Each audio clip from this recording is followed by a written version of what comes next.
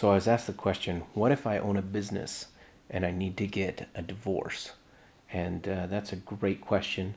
In fact, the couple that I met with yesterday are former clients of ours, and they own a business together, and they've owned it for 7 years, and now they're looking at getting divorced.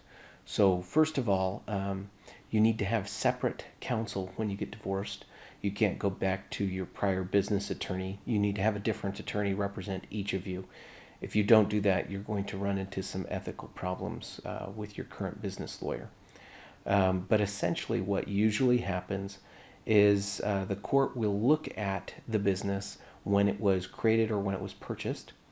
And if it was purchased while you were married, then it is going to be considered a marital asset. If one of the parties owned the business prior to the marriage, the first thing the court will want to know is if there was a prenuptial agreement or ante-nuptial agreement. If there was, the court will likely follow that so long as all the requirements were met. And if there was no prenuptial agreement, then the court will likely give any increase in value of the business to the spouse who did not start the business. If that makes sense, the court will basically do an equitable division of the business.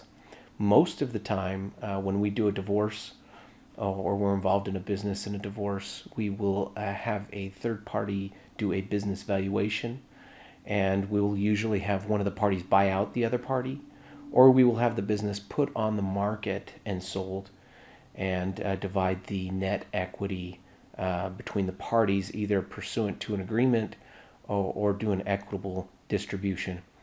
These things can be very complex.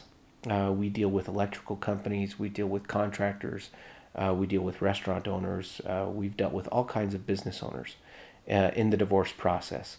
So if you have a question about your divorce and you also have a business, make sure you give our office a call, 801-676-5507.